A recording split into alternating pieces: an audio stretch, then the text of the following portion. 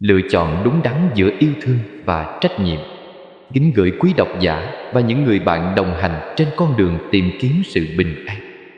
Có bao giờ bạn nhận ra rằng chính những lúc bạn dồn hết tâm lực để yêu thương người khác lại là lúc bạn vô tình đánh mất trách nhiệm với chính bản thân mình? Và ngược lại, khi bạn khăng khăng cho rằng mình đang làm tròn trách nhiệm, có thể bạn đã vô tình làm tổn thương tình yêu thương sâu kín nhất. Có phải yêu thương chân thật là khi ta ở bên người mình yêu, hay đôi khi yêu thương lại chính là khi ta buông tay để họ được tự do? Có phải trách nhiệm cao cả là khi ta hy sinh tất cả vì người khác, hay đôi khi trách nhiệm lớn nhất lại là biết từ chối để bảo vệ sự an lạc của chính mình? Sự giằng xé giữa hai bờ yêu thương và trách nhiệm ấy không phải là một cuộc chiến bên ngoài, mà là cuộc đối thoại nội tâm sâu thẳm nhất của mỗi con người. Tôi nhận ra một sự thật: hầu hết những khổ đau, bất an và hệ lụy trong cuộc đời đều bắt nguồn từ sự mất cân bằng giữa hai năng lượng cốt lõi này. Bài viết hôm nay không phải là một lý thuyết suông, mà là sự đúc kết từ những lời dạy minh triết của Đức Phật, từ trí tuệ của các bậc thánh hiền và từ những bằng chứng khoa học hiện đại, nhằm giúp quý vị tìm ra con đường hòa giải cho chính mình. Đức Phật dạy rằng mọi khổ đau đều sinh từ chấp trước, nhưng làm sao ta biết đâu là chấp trước và đâu là trách nhiệm chân chính? Phần 1. Bản chất của yêu thương trong Phật Pháp. Trước khi đi sâu vào sự lựa chọn, chúng ta cần hiểu rõ bản chất của hai khái niệm tưởng chừng quen thuộc này. Yêu thương trong giáo lý nhà Phật không đơn thuần là một cảm xúc vui sướng hay luyến ái. Từ bi chính là danh từ cao quý nhất để chỉ tình yêu thương đích thực. Từ là khả năng mang lại niềm vui, an lạc cho người khác. Bi là khả năng tháo gỡ, làm vơi đi nỗi khổ đau trong lòng người. Một tình thương chân chính phải được xây dựng trên nền tảng của trí tuệ, của sự hiểu biết về vô thường, vô ngã và duyên sinh.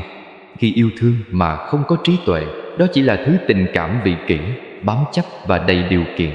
Nó sẽ trở thành nguyên nhân của khổ đau, như một ngọn lửa thiêu đốt cả người cho và người nhận. Từ bi không phải là hy sinh mù quáng. Trong Kinh Tăng Chi Bộ, Đức Phật đã khai thị về 4 phạm trù, hay còn gọi là tứ vô lượng tâm: từ, bi, hỷ, xả. Từ là mong muốn chúng sinh được an vui. Bi là mong muốn chúng sinh được lìa khổ. Hỷ là hoan hỷ trước hạnh phúc của người khác. Xả là buông bỏ phân biệt, không thiên vị. Điều quan trọng nhất mà nhiều người hiểu lầm chính là chữ xả này. Xả không phải là vô tâm hay thờ ơ. Xả là sự cân bằng trong tình yêu thương, là biết buông bỏ sự bám víu và chấp trước. Khi ta yêu thương mà không có xả, ta dễ rơi vào trạng thái chiếm hữu, kiểm soát và đau khổ. Ta nghĩ rằng mình đang yêu thương, nhưng thực chất ta đang nuôi dưỡng cái ngã của chính mình qua hình ảnh người được yêu. Yêu thương chân chính phải có trí tuệ. Trong Kinh Pháp Cú, Đức Phật dạy người ngu si ngủ say, tham ăn lười biếng, như lợn béo nuôi nằm, phải sinh tử luân hồi. Câu kệ này không chỉ nói về người tham ăn, mà còn ám chỉ những ai sống không tỉnh thức, không có trí tuệ. Yêu thương thiếu trí tuệ chính là yêu thương mù quáng. Đó là khi ta nuông chiều con cái đến mức chúng trở nên hư hỏng. Đó là khi ta hy sinh mọi thứ cho người thân đến mức chính mình kiệt quệ. Đó là khi ta bám víu vào một mối quan hệ độc hại chỉ vì sợ cô đơn. Trí tuệ trong yêu thương là biết nhìn thấy đâu là lợi ích chân thật cho cả hai bên. Trí tuệ là hiểu rằng đôi khi không đáp ứng yêu cầu của người khác lại chính là cách giúp họ trưởng thành. Trí tuệ là nhận ra rằng việc chăm sóc bản thân không phải là ích kỷ, mà là điều kiện tiên quyết để có thể chăm sóc người khác. Phần 2. Trách nhiệm thật sự là gì? Trách nhiệm, hay trong Phật giáo thường được nhắc đến với tinh thần chánh nghiệp và chánh mạng, là sự ý thức đầy đủ về hành động, lời nói và suy nghĩ của mình, cùng với những hậu quả mà chúng tạo ra. Trách nhiệm không phải là gánh nặng, ép buộc từ bên ngoài, mà là sự tự nguyện gánh vác xuất phát từ lòng từ bi và trí tuệ. Một người có trách nhiệm thực sự là người thấy rõ mối liên hệ mật thiết giữa mình với mọi người, mọi loài, và hành xử sao cho không gây tổn hại, mà ngược lại đem lại lợi ích an vui. 3 tầng trách nhiệm theo Phật giáo. Trong giáo pháp Phật, trách nhiệm được nhìn nhận qua 3 tầng độ khác nhau. Tầng thứ nhất là trách nhiệm với chính mình. Đức Phật dạy trong Kinh Pháp Cú, tự mình là chỗ nương của mình. Tự mình khéo điều phục, được chỗ nương khó được. Điều này có nghĩa rằng trách nhiệm đầu tiên và quan trọng nhất của con người là với chính bản thân mình. Không phải là ích kỷ hay chỉ nghĩ cho mình, mà là trách nhiệm tự giác ngộ, tự giải thoát, tự hoàn thiện. Nếu chính mình còn chìm đắm trong vô minh, làm sao có thể dẫn dắt người khác? Nếu chính mình còn đầy rẫy phiền não, làm sao có thể mang lại an lạc cho gia đình? Tầng thứ hai là trách nhiệm với những người xung quanh. Trong Kinh Thiện Sinh, Đức Phật dạy về 6 phương trời, hay còn gọi là lục phương lễ, nói về trách nhiệm của con người trong các mối quan hệ. Vương Đông là cha mẹ, con cái phải hiếu thảo phụng dưỡng. Vương Nam là thầy trò, học trò phải kính trọng vâng lời. Vương Tây là vợ chồng, phải tương kính tương thân. Vương Bắc là bạn bè, phải thành thật giúp đỡ. Vương dưới là người làm, phải đối xử công bằng. Vương trên là tu sĩ, phải cúng dường hộ trì. Đây chính là những trách nhiệm cụ thể mà mỗi người cần thực hiện trong cuộc sống. Tầng thứ ba là trách nhiệm với chúng sinh. Đây là tầm của Bồ Tát Đạo. Khi người tu đã đạt được một trình độ nhất định, họ phát nguyện độ chúng sinh. Nhưng ngay cả ở tầm này, Phật vẫn dạy về trung đạo, không rơi vào cực đoan. Bồ Tát độ sinh nhưng không trụ tướng độ sinh. Có nghĩa là giúp đỡ chúng sinh nhưng không mắc kẹt vào ý niệm ta đang độ ai, ta đã giúp bao nhiêu người. Khi trách nhiệm trở thành gánh nặng, nhiều người hiểu lầm trách nhiệm và biến nó thành gánh nặng áp đảo. Họ nghĩ rằng trách nhiệm là phải làm tất cả mọi thứ cho người khác. Họ cảm thấy tội lỗi khi dành thời gian cho bản thân. Họ kiệt sức vì cố gắng đáp ứng mọi mong đợi của xã hội. Đây không phải là trách nhiệm theo nghĩa Phật dạy, mà là một dạng chấp trước khác. Nó sinh ra từ cái tôi, từ sự chấp thủ và vô minh. Khi chúng ta yêu thương với cái tôi lớn, chúng ta muốn sở hữu, kiểm soát và biến đối tượng của tình thương thành thứ mình muốn. Lúc này, trách nhiệm trở thành công cụ để thực hiện sự kiểm soát ấy. Chẳng hạn, một người cha vì thương con mà ép buộc con phải học ngành này, làm nghề kia với danh nghĩa trách nhiệm. Hành động ấy thoạt nhìn là trách nhiệm, nhưng thực chất lại thiếu vắng sự hiểu biết và tôn trọng tự do của đứa trẻ. Do đó tình thương đã bị bóp méo.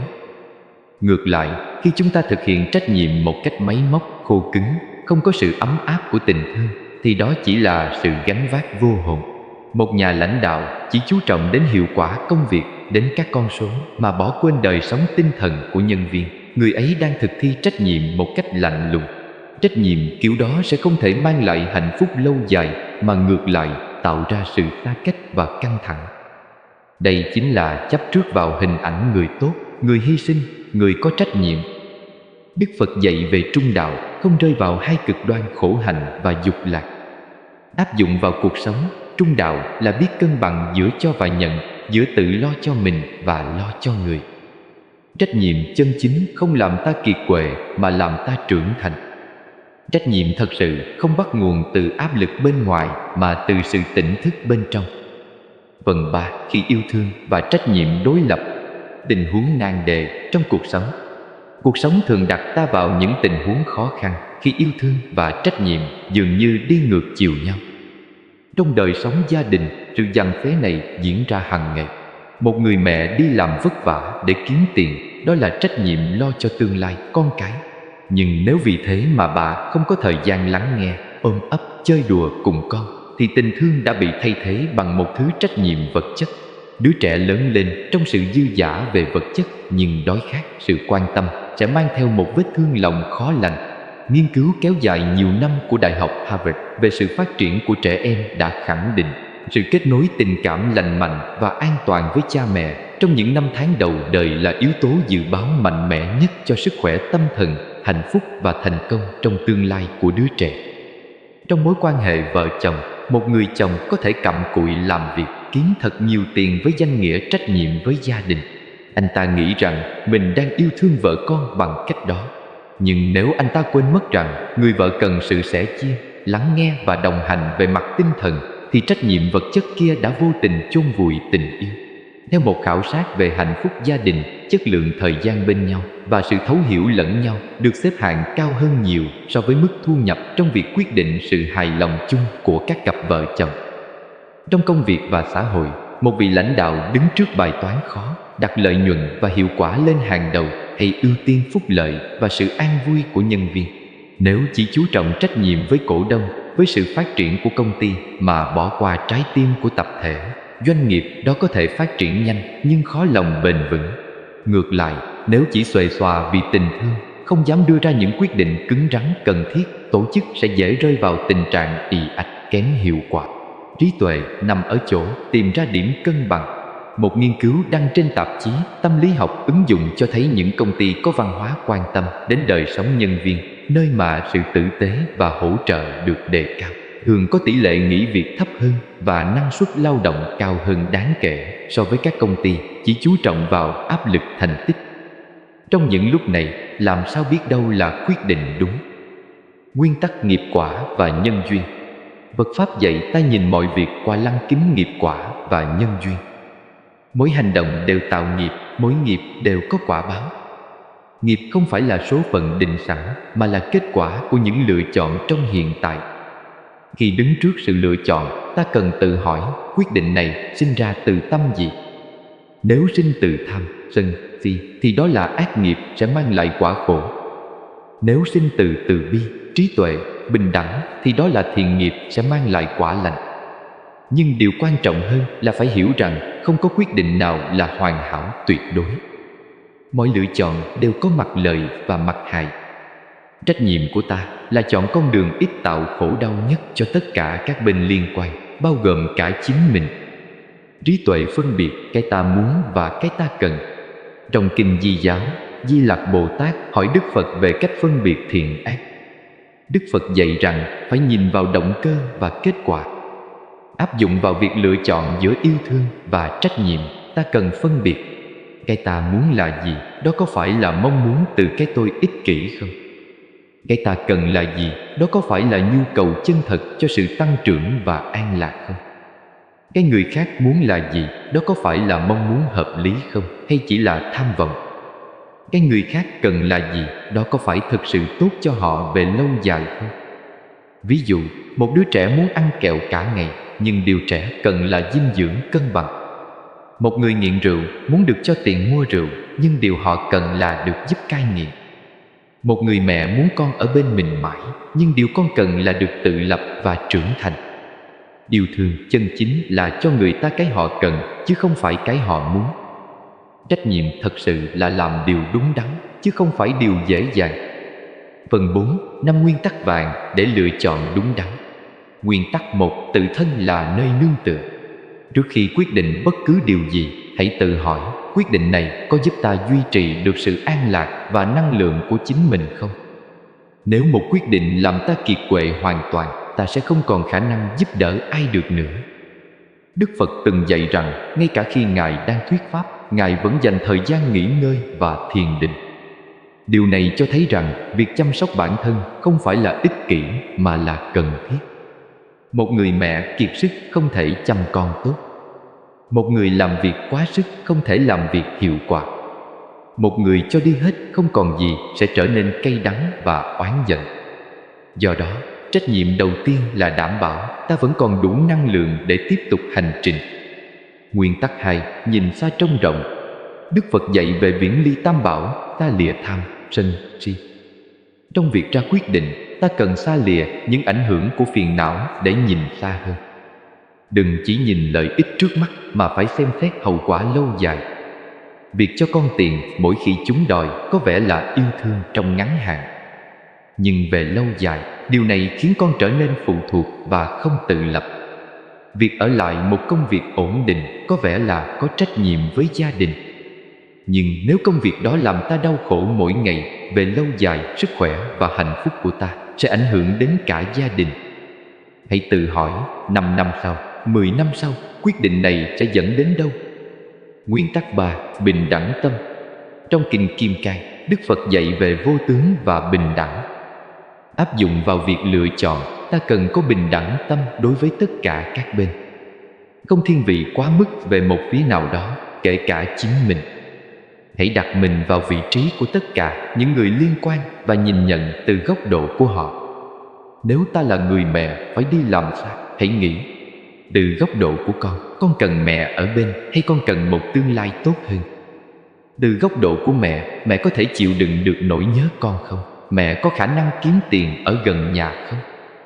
Từ góc độ của gia đình cần tiền để sống hay cần sự ấm áp của tình thân? Khi nhìn từ nhiều góc độ, ta sẽ thấy rõ hơn đâu là con đường cân bằng nhất. Nguyên tắc 4. Buông bỏ kết quả. Trong Tâm Kinh có câu vô sở đắc cố. Không có gì để đạt được, không có gì để mất đi. Khi ra quyết định, hãy làm hết sức mình rồi buông bỏ kết quả. Đừng mắc kẹt vào việc quyết định của mình phải hoàn hảo. Đừng tự trách mình nếu mọi việc không diễn ra như mong đợi. Đã là lựa chọn thì đều có rủi ro. Quan trọng là ta đã cân nhắc kỹ lưỡng và chọn với tâm trong sáng. Còn kết quả như thế nào, đó là sự gặp gỡ của nhiều nhân duyên, không phải một mình ta có thể quyết định. Việc buông bỏ kết quả giúp ta không bị áp lực quá mức và có thể tiếp tục bước tiếp.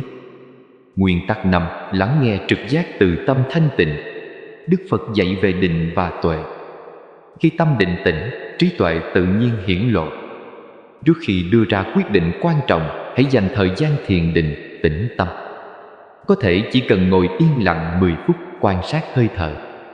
Trong trạng thái tâm thanh tịnh, câu trả lời thường tự nhiên hiện ra.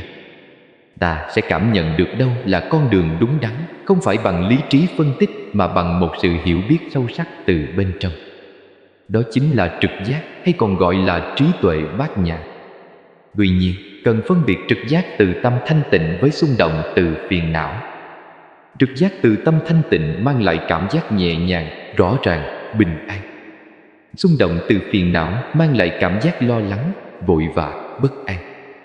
Phần 5. Những câu chuyện thực tế. Câu chuyện về người mẹ đơn thân. Có một người phụ nữ tên Lan sống tại một tỉnh miền Trung. Chồng bỏ đi từ khi con còn nhỏ, Lan phải một mình nuôi con. Cô được mời sang làm việc tại thành phố lớn với mức lương cao gấp 3 lần. Nhưng điều đó có nghĩa là phải xa con, chỉ về thăm mỗi tháng một lần.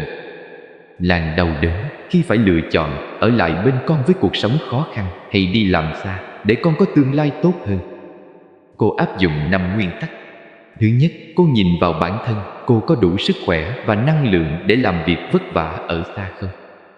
Thứ hai, cô nhìn xa, con cô đang lớp mấy, cần mẹ ở bên hay cần học hành đàng hoàng hơn? Thứ ba, cô nghĩ đến tất cả, bố mẹ già của cô có thể trông cháu được không? Còn cô có thể chịu đựng được không? Thứ tư, cô buông bỏ, cô chấp nhận rằng dù chọn gì cũng sẽ có mặt thiệt, không có phương án hoàn hảo. Thứ năm, cô thiền định, sau khi ngồi yên một mình, cô cảm nhận được rằng con cô đã đủ lớn và bà ngoại có thể trông được. Cuối cùng, cô quyết định đi làm xa trong 3 năm để tích lũy, sau đó sẽ về mở cửa hàng nhỏ gần nhà. Đây không phải là câu chuyện về việc bỏ con, mà là về việc một người mẹ thể hiện trách nhiệm theo cách khôn ngoan nhất. Câu chuyện về người con hiếu thảo. Có một người đàn ông tên Minh đang làm kỹ sư tại công ty nước ngoài. Cha anh bị bệnh nặng, cần người chăm sóc thường xuyên. Anh đứng trước hai lựa chọn, nghỉ việc về chăm cha hay thuê người chăm sóc và tiếp tục làm việc. Nếu về chăm cha, anh thể hiện lòng hiếu thảo trực tiếp nhưng gia đình mất thu nhập chính. Nếu thuê người chăm và tiếp tục làm, anh có thu nhập nhưng không được bên cha mỗi ngày. Minh đã tự hỏi cha mình cần gì nhất. Cha anh nói, cha chỉ muốn con sống tốt, đừng vì cha mà hủy hoại tương lai. Minh nhận ra rằng trách nhiệm với cha không chỉ là ở bên, mà còn là đảm bảo cha được chăm sóc tốt nhất. Anh quyết định thuê người chăm sóc chuyên nghiệp, mỗi tối anh về thăm cha. Cuối tuần, anh dành trọn thời gian cho cha.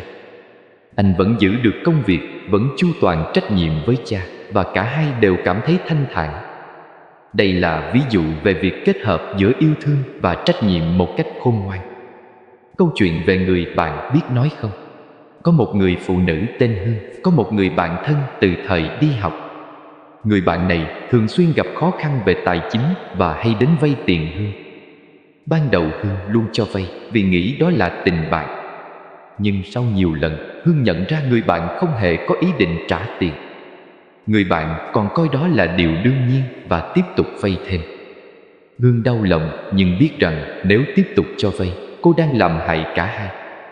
Cô làm hại người bạn bằng cách nuôi dưỡng thói quen phụ thuộc. Cô làm hại chính mình bằng cách kiệt quệ về tài chính. Hương quyết định từ chối lần xin vay tiếp theo. Người bạn tức giận và cắt đứt liên lạc. Hương buồn nhưng biết mình đã làm đúng. Sau 1 năm, người bạn quay lại xin lỗi và cảm ơn vì Hương đã giúp cô học được bài học về tự lập. Đây là câu chuyện về việc yêu thương đích thực, đôi khi phải biết nói không. Phần 6. Sống an lạc với lựa chọn của mình. Chấp nhận sự không hoàn hảo. Phật Pháp dạy rằng cuộc đời vốn là khổ. Khổ không phải là tai họa, mà là bản chất của sự tồn tại vô thường. Do đó, không có lựa chọn nào là hoàn toàn không có khổ đau. Việc chấp nhận điều này giúp ta giải thoát khỏi áp lực phải làm mọi thứ hoàn hảo. Khi ta chọn con đường A, ta từ bỏ con đường B. Khi ta dành thời gian cho việc này, ta không có thời gian cho việc kia. Đó là quy luật của cuộc sống. Quan trọng là ta đã chọn với tâm trong sáng và trí tuệ tỉnh thức. Còn lại, hãy chấp nhận những mất mát đi kèm với an nhiên. Nuôi dưỡng tâm xả. Trong 4 phạm trú, xả là điều khó tu nhất, nhưng cũng quan trọng nhất. Xả là buông bỏ phân biệt, không thiên lệch. Xả là yêu thương, nhưng không chiếm hữu. Xả là làm hết trách nhiệm, nhưng không bám víu vào kết quả. Để nuôi dưỡng tâm xả, hãy thực hành mỗi ngày. Khi làm việc gì, hãy làm hết mình rồi buông xuống. Khi yêu thương ai, hãy cho đi, không mong nhận lại. Khi giúp đỡ người khác, đừng mong họ phải biết ơn. Khi bị tổn thương, hãy tha thứ và tiếp tục. Tâm xả không phải là vô cảm, mà là tự do. Tự do khỏi sự bám víu, khỏi mong đợi, khỏi đau khổ do chấp trước. Sống trong chánh niệm. Đức Phật dạy về tứ niệm xứ: quán thân, quán thọ, quán tâm, quán pháp. Sống trong chánh niệm là luôn tỉnh thức với những gì đang diễn ra trong giờ phút hiện tại.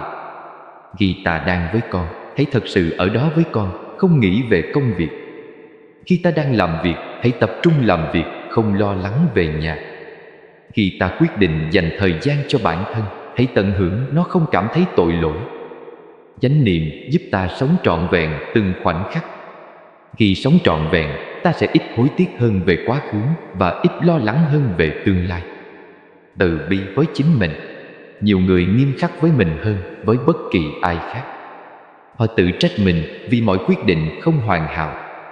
Họ cảm thấy tội lỗi vì không thể làm hài lòng tất cả mọi người. Đức Phật dạy rằng từ bi phải bắt đầu từ chính mình. Nếu ta không thể từ bi với mình, ta không thể thật sự từ bi với người khác. Hãy nói với chính mình: ta đã làm hết sức mình rồi. Ta là con người, không phải là Phật, ta sẽ có lúc sai lầm. Điều quan trọng là ta học hỏi từ sai lầm và tiếp tục tiến bước. Hãy ôm lấy chính mình với tất cả sự yêu thương mà ta dành cho người khác. Phần 7. Con đường giác ngộ qua những lựa chọn. Đức Phật đã dạy rằng con đường giác ngộ không phải là con đường tránh né cuộc sống, mà là con đường đi xuyên qua cuộc sống với tỉnh thức. Mỗi lựa chọn giữa yêu thương và trách nhiệm là một cơ hội để ta tu tập sự tỉnh thức để nhìn rõ bản chất của vấn đề, tu tập trí tuệ để biết đâu là con đường đúng đắn, tu tập từ bi để không rơi vào cực đoan, tu tập xả để buông bỏ chấp trước. Cuộc đời không phải là một bài toán có đáp án duy nhất. Cuộc đời là một dòng chảy vô thường, mỗi khoảnh khắc đòi hỏi sự lựa chọn mới. Điều quan trọng không phải là luôn chọn đúng, mà là chọn với tâm trong sáng. Không phải là không bao giờ sai lầm, mà là học hỏi từ mỗi sai lầm. Không phải là làm hài lòng tất cả mọi người, mà là sống trung thực với chính mình. Yêu thương và trách nhiệm không phải là hai thứ đối lập nhau. Chúng là hai mặt của cùng một thực tại. Yêu thương không có trách nhiệm là tình yêu mù quáng. Trách nhiệm không có yêu thương là gánh nặng khô khan. Khi kết hợp hai điều này với trí tuệ, ta có được tình yêu thương chân thật và trách nhiệm đích thực. Con đường này không dễ dàng. Sẽ có lúc ta phải đưa ra những quyết định đau đớn. Sẽ có lúc dù chọn gì, ta cũng cảm thấy có điều gì đó thiếu sót. Nhưng đó chính là bản chất của cuộc sống. Điều ta có thể làm là sống với tất cả sự tỉnh thức và từ bi trong khả năng của mình. Hãy nhớ lời Đức Phật dạy: ta chỉ đường, các ông phải tự mình đi. Không ai có thể đưa ra quyết định cho ta. Không ai có thể sống cuộc đời thay ta. Nhưng với ánh sáng của Phật Pháp, với sự thực hành tinh tấn, ta có thể tìm ra con đường của riêng mình. Con đường dẫn đến an lạc, tự do và giác ngộ. Con đường giữa trái tim và lý trí. Yêu thương và trách nhiệm không phải là hai thực thể đối nghịch cần lựa chọn. Chúng là hai cánh của một con chim, là hai bánh của một cỗ xe. Thiếu một trong hai, con chim không thể bay cao, cỗ xe không thể tiến ta. Lựa chọn đúng đắn nhất không phải là chọn cái này hay cái kia, mà là học cách để chúng bổ sung và làm nền tảng cho nhau. Hãy để trái tim yêu thương dẫn đường cho lý trí trách nhiệm, và để lý trí trách nhiệm soi sáng cho trái tim yêu thương. Một tình thương không có trách nhiệm dễ trở nên mù quáng. Một trách nhiệm không có tình thương sẽ trở nên tàn nhẫn. Hãy bắt đầu từ những điều nhỏ nhất. Trong mỗi lời nói, mỗi hành động, mỗi quyết định, hãy tự hỏi điều này có xuất phát từ tình thương chân thật không? Và nó có được thực hiện với một tinh thần trách nhiệm trọn vẹn không? Sự cân bằng không phải là một đích đến, mà là một hành trình liên tục điều chỉnh và thức tỉnh. Kính thưa quý vị, cuộc đời là một dòng chảy, và chúng ta không thể bước hai lần trên cùng một dòng sông. Nhưng giữa dòng chảy vô thường ấy, sự hài hòa giữa yêu thương và trách nhiệm chính là chiếc bè vững chắc nhất đưa ta đến bờ an vui và tự tại. Hãy dũng cảm bước đi trên con đường ấy với một trái tim rộng mở và một trí tuệ sáng ngời. Bạn thân mến, nếu bài viết này đã chạm đến trái tim bạn, nếu những lời chia sẻ này đã giúp bạn nhìn rõ hơn về con đường của mình, hãy để nó không chỉ là một bài đọc mà trở thành ngọn đèn soi đường cho chính bạn và những người xung quanh. Hãy đăng ký kênh Học viện Thánh Nhân để không bỏ lỡ những bài học quý giá tiếp theo. Mỗi video chúng tôi đăng tải đều là kết quả của nhiều năm nghiên cứu, tu tập và trải nghiệm thực tế, được truyền tải với tất cả tâm huyết để giúp bạn sống an lạc hơn mỗi ngày. Hãy chia sẻ video này đến những người bạn yêu thương đang đứng trước những lựa chọn khó khăn trong cuộc sống. Đôi khi, một bài học đúng lúc có thể thay đổi cả một cuộc đời. Hãy để lại bình luận, chia sẻ câu chuyện của riêng bạn. Những lựa chọn nào giữa yêu thương và trách nhiệm đang khiến bạn băn khoăn? Cộng đồng Học viện Thánh Nhân của chúng ta là nơi mọi người cùng nhau học hỏi, chia sẻ và nâng đỡ nhau trên con đường tu tập. Và đừng quên bấm nút thông báo để mỗi khi có video mới, bạn sẽ được nhận thông báo ngay lập tức. Bởi vì con đường giác ngộ không phải là con đường đi một mình. Chúng ta cần có bạn đồng hành, cần có cộng đồng tu tập, cần có những bậc thầy chỉ đường. Học viện Thánh Nhân cam kết sẽ luôn đồng hành cùng bạn trên hành trình tìm kiếm bình an và trí tuệ. Hãy để mỗi ngày trở thành một bước tiến trên con đường tu tập. Hãy để mỗi lựa chọn trở thành cơ hội để thực hành tỉnh thức. Hãy để mỗi khó khăn trở thành bài học giúp ta trưởng thành. Nam Mô Bổn Sư Thích Ca Mâu Ni Phật. Cảm ơn bạn đã dành thời gian đọc và lắng nghe. Chúc bạn luôn an lạc, tự tại và tỉnh thức trên con đường của mình.